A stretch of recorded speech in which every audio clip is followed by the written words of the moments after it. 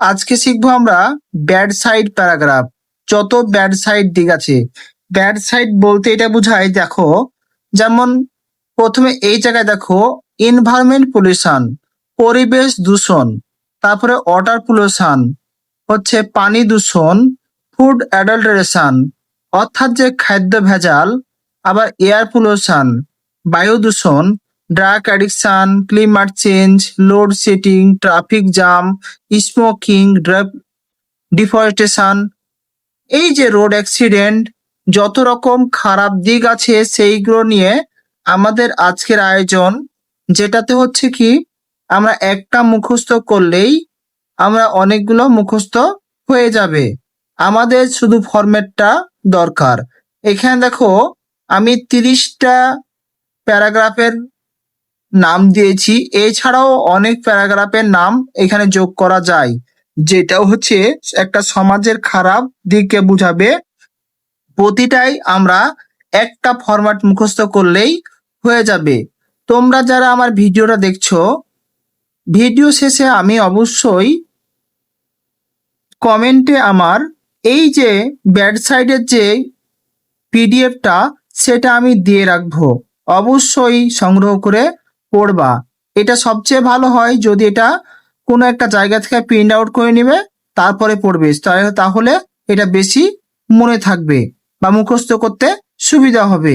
এখন দেখো আমরা যে কোনো একটা খারাপ বিষয়কে এই যে আমি স্টার মার্ক দিয়েছি এই জায়গায় বসিয়ে দিলেই হয়ে যাবে।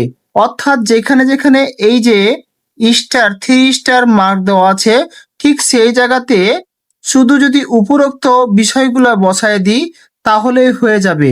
এখন দেখো সাপোজ এখানে আমি বসালাম ট্রাফিক জ্যাম। যদি ট্রাফিক জ্যাম দেই তাহলে খেয়াল রাখবা এইখানেও ট্রাফিক জ্যাম হবে, এইখানেও ট্রাফিক জ্যাম হবে। অর্থাৎ যেখানে যেখানে স্টার মার্ক দেওয়া থাকবে প্রত্যেকটাই হবে আমাদের ট্রাফিক জ্যাম, মানে একটা বিষয়কে বোঝালেই ওটা বসালেই হয়ে যাবে। এখন দেখো আমরা পড়বো কিভাবে। দেখো traffic jam is a common affair in our country.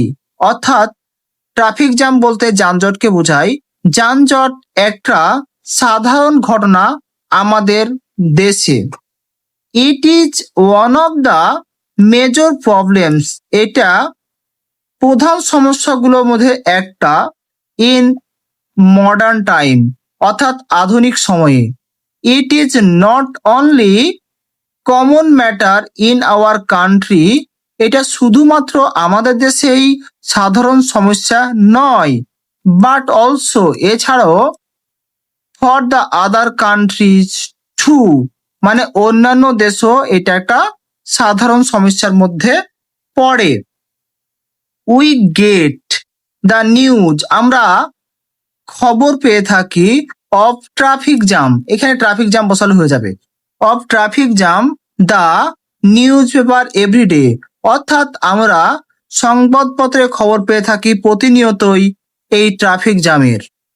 তারপর দেখো এই জায়গাতে আবার বসাবো traffic jam is now a serious problem in Bangladesh. Traffic jam একটা মারাত্মক সমস্যা আমাদের বাংলাদেশে। It is increasing, it is increasing day by day, এটা দিনে দিনে বৃদ্ধি পাচ্ছে। হুইচ, যা is affecting our normal life, যেটা আমাদের সাধারণ জীবনকে ক্ষতিগ্রস্ত করছে। It cause many others problems in our country, এটার কারণে আমাদের অন্যান্য অনেক সমস্যা হচ্ছে।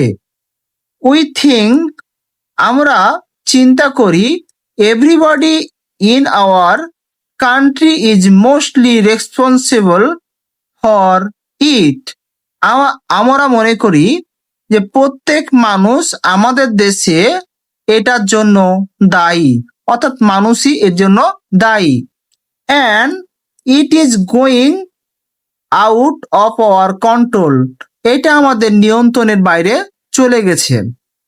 ফর এ ডেভেলপিং কান্ট্রি, অর্থাৎ উন্নয়নশীল দেশগুলোর জন্য, লাইক বাংলাদেশ, অর্থাৎ বাংলাদেশের মতো উন্নয়নশীল দেশের জন্য it is really a great problem, এটা বড় ধরনের একটা সমস্যা।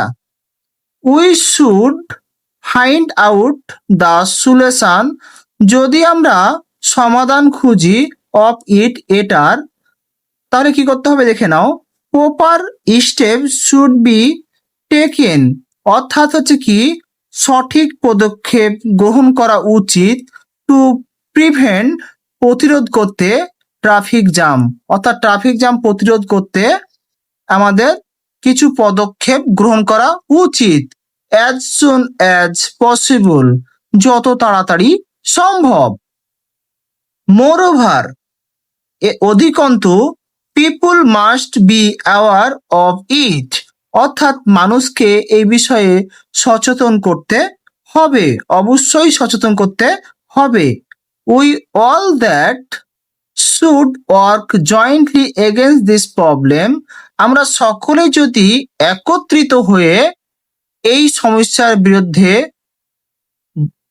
কাজ করি, উই হোপ, আমরা আশা করি, দ্যাট যে we will be able to overcome ইট, আমরা এটা থেকে জয়লাভ করতে পারবো।